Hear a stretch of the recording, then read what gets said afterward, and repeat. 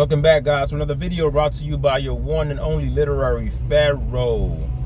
I'm still playing that song by Syndicate called Shadowverse.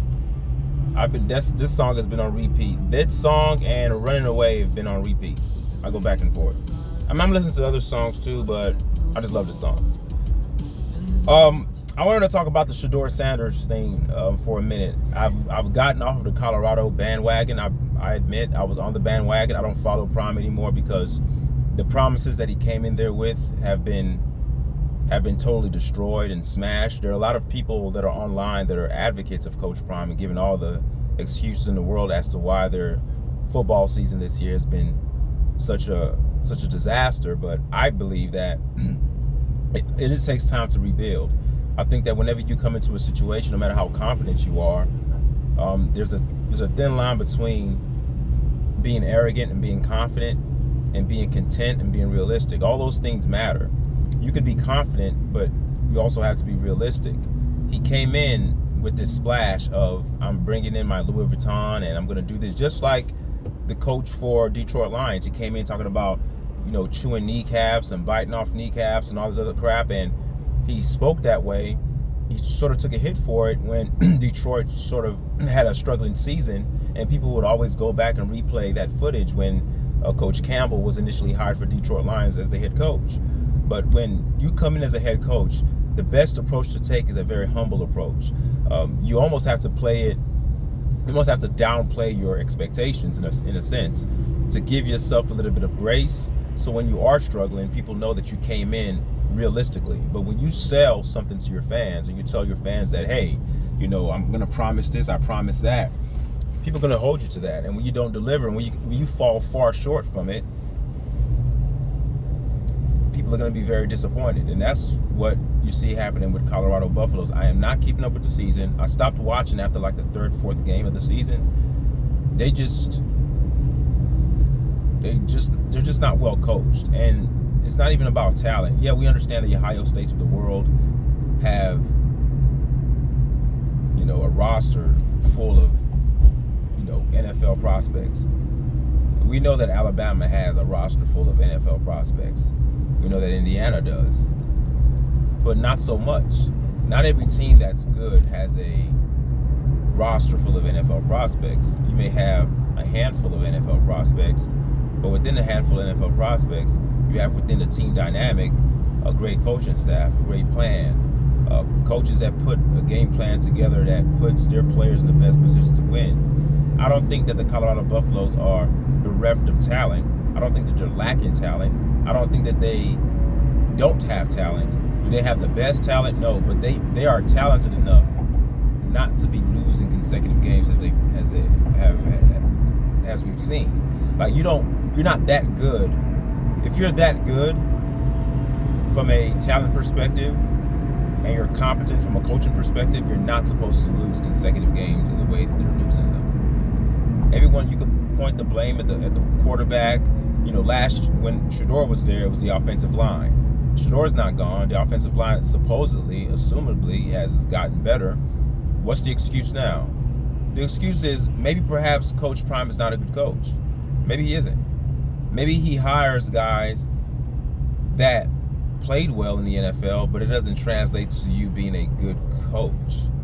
I don't know. I'm a bit perplexed about the whole Colorado situation. I don't really understand how to even analyze it. I just know that it's a disaster, and I didn't foresee this season going the way it did.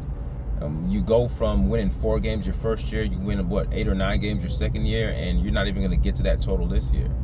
You're at least supposed to match even with what you did last year at minimum, and they're going to fall short of that. So it's sort of like they're going backwards. But I am hopeful that sometimes in order to move forward, you do need to move backwards. So maybe this third year for Coach Prime is a disaster, and perhaps next year becomes better. Perhaps they ride the wave of what happened his second year. Let's be hopeful of that. I don't think that a lot of recruits are going to want to come to Colorado, because if Colorado grabbed onto that momentum and continued toward that upward trajectory of being successful, I think that would have garnered more attention to their team. They would have got more notoriety, and more athletes out of high school and through the transfer portal would want to come there. But because Colorado is not a big powerhouse school known for dominating football like the Ohio States of the world, or like the Michigans or the Alabamas or the Georgias, you're not going to really get a lot of players who are going to want to go there. The only way that Coach Prime could be a great recruit is based upon his success or lack thereof. So if he's successful in Colorado, that's the best way to get recruits to come there. We understand that Coach Prime has a gift of gab, and he can talk a good game. He can recruit very well. He says the right things in front of the camera. But is that enough to get the talent that you need there? I don't know. At the end of the day, the most talented players are going to the Floridas, they're going to Texas, they're going to Georgias. They're not going to Colorado. So I'm going to leave that there. Now, back on the Shedeur thing. Remember a while back I made a video and I talked about the ingredients to greatness. I did a short on that. I said that Shedeur Sanders needed to go through certain things, and those things that he was going through are necessary ingredients for greatness. Greatness is not created in a vacuum. There are a multitude of things that contribute to a player being great. Some of it is timing, some of it is luck, some of it is you being in the right place at the right time, meaning that you're underneath good leadership and good tutelage. Some of it is just momentum. Some of it is synergistic energy and vibration and frequency, and all those things matter. When you have a populace, a massive amount of people, the fan base of Cleveland Cavaliers, of Cleveland Browns, and you have the mass of the people who come to these games, they want to see Shedeur. That means a lot to Shedeur. Energy transfer, synergistic energy transfer, that's what happens. You have a large populace or a large mass of people that want you. That elevates your game to a whole nother level. Some of you guys may not believe in that. Some of you guys just believe that if you just work hard and you're talented, that's all you need. Yeah, that's part of it. You do have to be talented and you do have to work hard. But the fans have a lot to do with a player's success. When you know that the fan base is behind you, you play with a degree of confidence. And when you're on the football field, you're not second guessing yourself.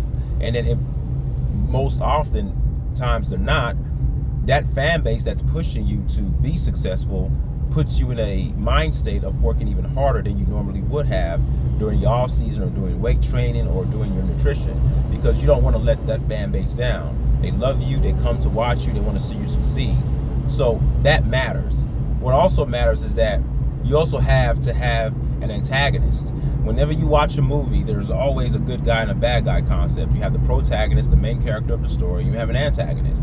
You have an antagonist that's going to get in the way of what the good guy is trying to accomplish, or whoever the protagonist is trying to accomplish.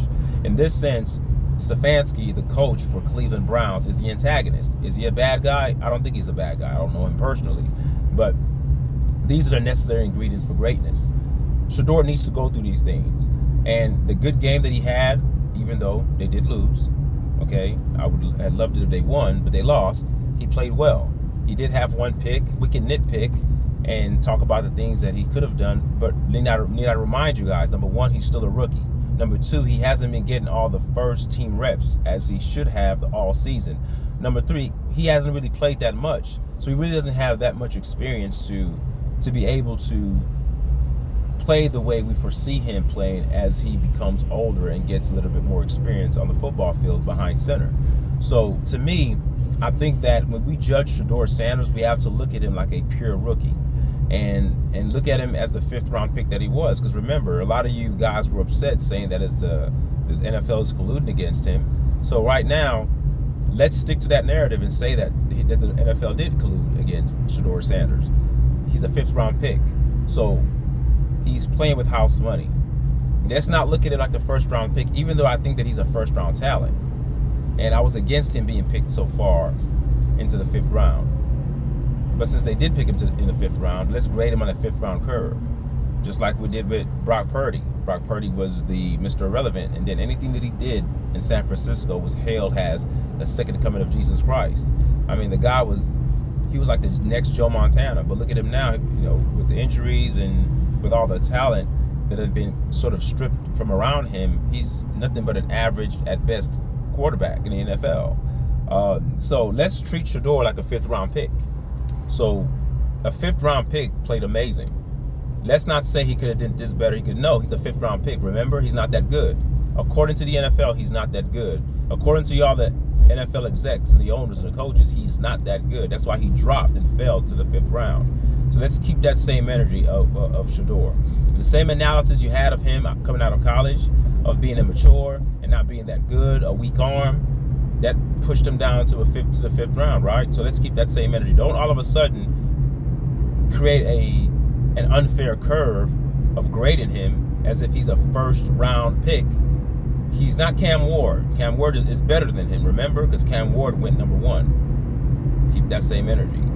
But these ingredients are needed. Shedeur needs the antagonist, his coach. He needs the fan base. He needs all the attention. He needs those things. He doesn't want those things. He needs them. If you talk to Shedeur Sanders today, he's not going to tell you that I need those things, but I'm telling you that he needs those things. He doesn't know that. Whenever anyone is, me, you, anyone, man, woman, or child, whoever you are, no matter what state of your existence that you're in, whether you're in young stage or young adolescent or middle-aged adult, doesn't matter what age you are. When you are on a path to excellence and greatness, there comes a time when you're not going to be aware of the things that are going on around you that are causing you to be great. You're going to look at those things as obstacles. You're going to hate it. You're going to abhor it. But they're needed. We don't like fire. Fire burns and fire hurts. But that same fire is what cooks your food, right? Because without the flame, you can't eat. The fire, the proverbial fire, metaphorically speaking, about pertaining to Shedeur Sanders, is that his experience in Cleveland is shaping him into being a very, very good quarterback. Not by talent alone, by circumstance, by all the things that are happening around him. Do you think, against popular demand, because everyone wanted him to be thrown in there game 1 to be the starter, do you know how bad that would have been for him? Number 1, the NFL didn't believe in him because that's why he went in the 5th round. I say the NFL because collectively all NFL teams, a lot of them passed on him. Pittsburgh passed on him when they had a chance to get him. New York said that he didn't know how to read defenses, and his interview was horrible.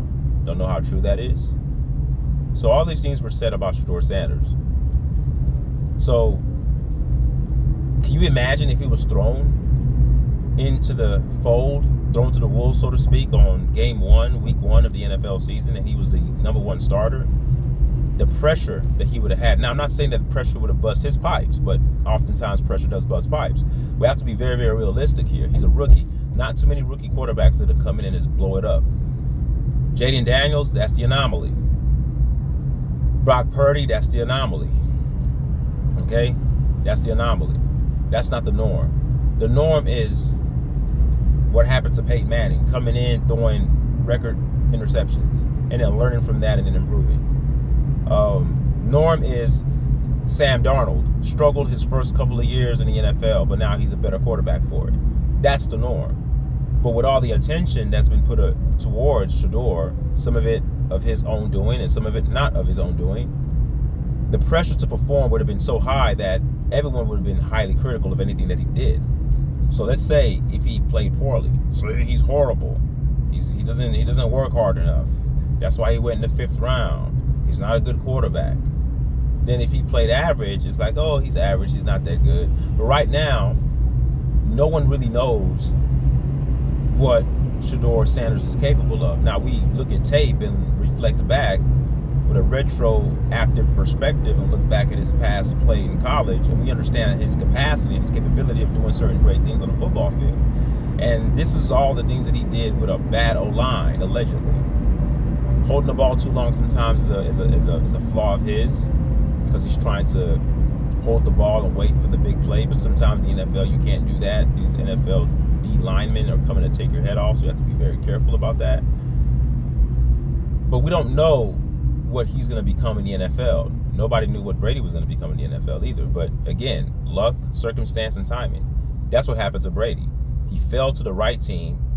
He sat long enough. Bledsoe gets hurt. circumstance, things happen.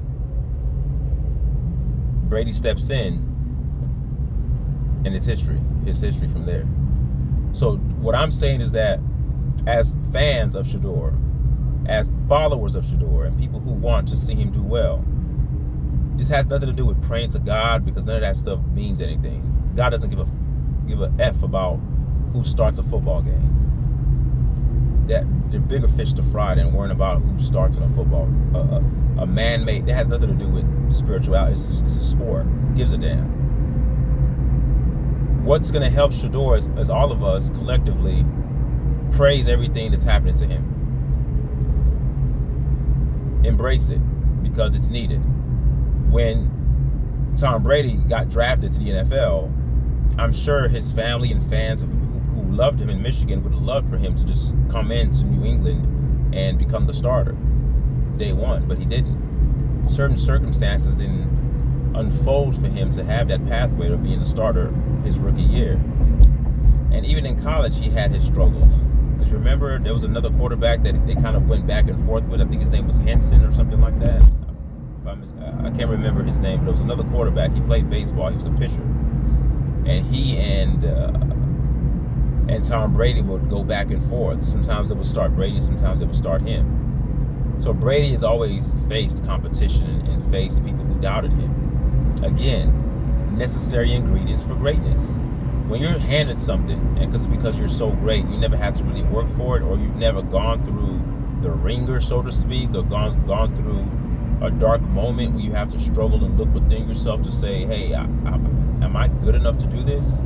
If you've never been put in a situation to question your ability or question your skill set, whether you're good enough to do something or not, if you've never been in that dark place, then I would say that you don't really know what your potential is. You know your potential when you've been tested. Shedeur, his rookie year, is being tested in ways that many veteran quarterbacks have never been tested in their whole entire career, collectively. Do you think that's a bad thing or a good thing? Well, if you're a critical thinker like I am, that's a good thing. That's a great thing. It's great that he's going through this his rookie season. It's great that he played well. And it's great that he plays bad sometimes. It's great that he has a fan base. So these are all the necessary ingredients that's going to build him into being the great quarterback that I know that he's going to be when given the opportunity. So everyone needs to calm down, take a deep breath. There's not some conspiracy against Shedeur, believe it or not. I don't think that there's a conspiracy against him. I think that we need to be very mindful and be careful of how the universe works. Before a baby walks, that child has to crawl. Let Shedeur crawl.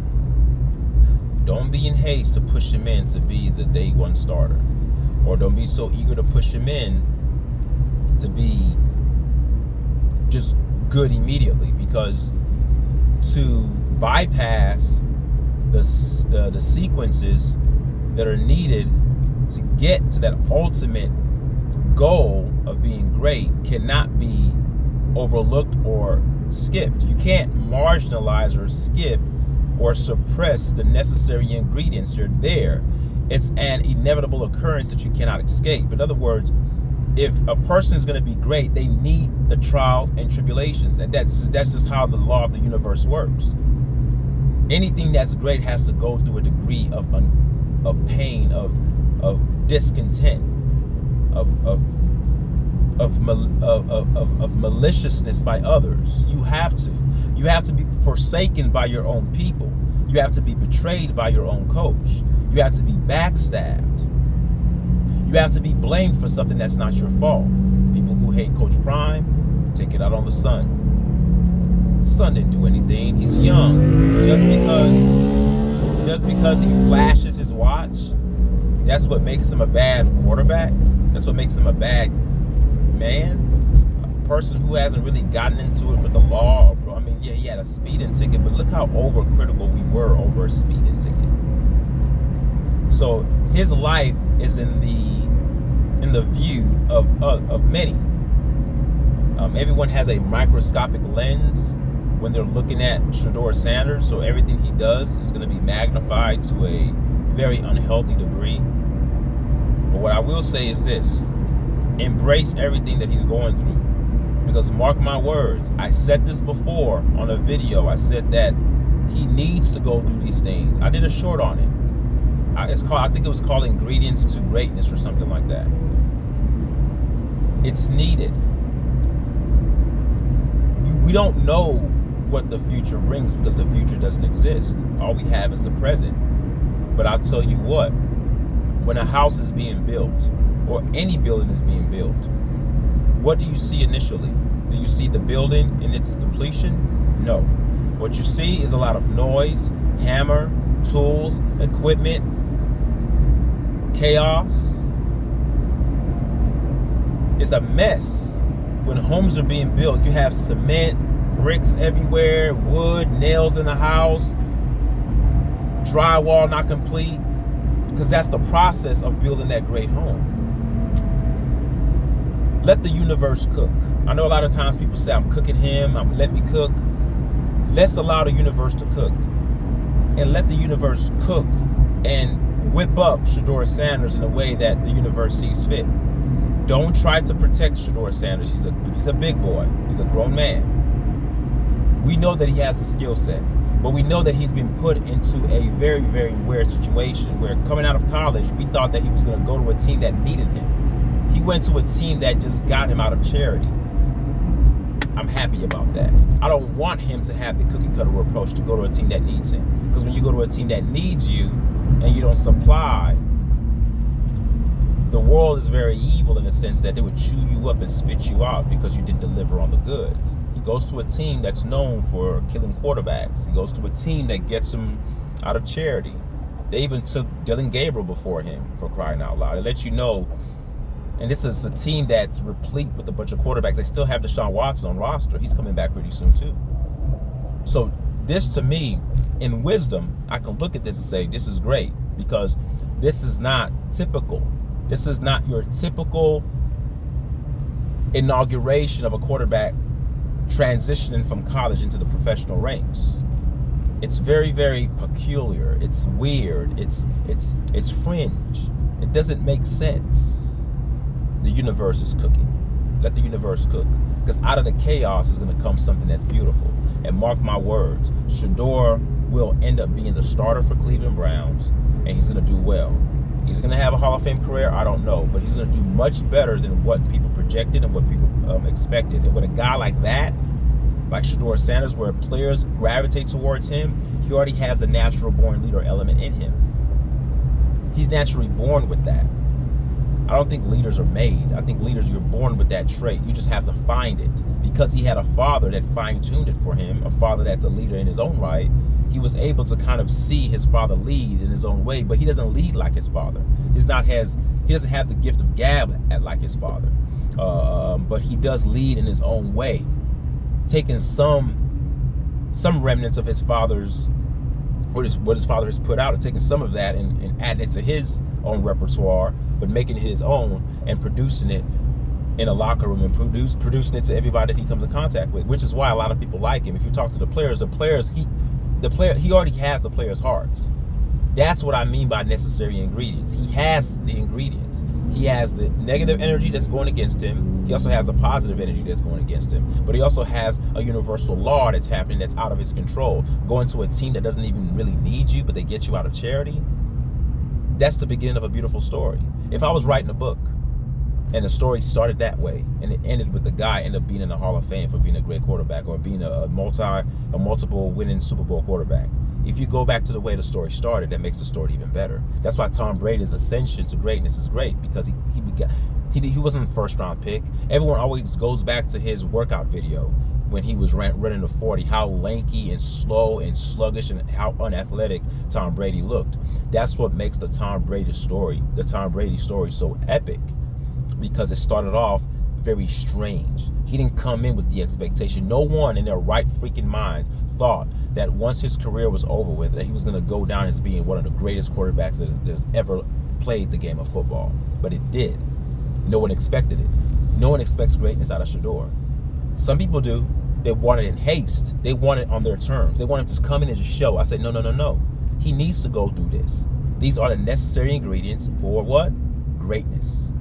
It needs to be slowed down. It needs to be done organically. It needs to grow slowly so it can mature, so it can get all the necessary tools that it needs, the intangibles and the tangibles and the mindset and the psyche and the psychology and the worldview, in order to be the quarterback and the man that he needs to be to lead a team against his coach. He's not only playing against his opponent, he's going against his coach, because his coach doesn't even believe in him. But he's going to make that man a believer. Whether Stefanski is there next year or not, whether Stefanski leaves or stays, he's going to see one day like, damn, that guy was it. He was him. I just didn't see it. That's what greatness does. It turns unbelievers into believers. All right, I'm going to leave it there. Thank you guys for listening. Until next time, remember, your health is your wealth. Peace. That's all I got for you. Peace.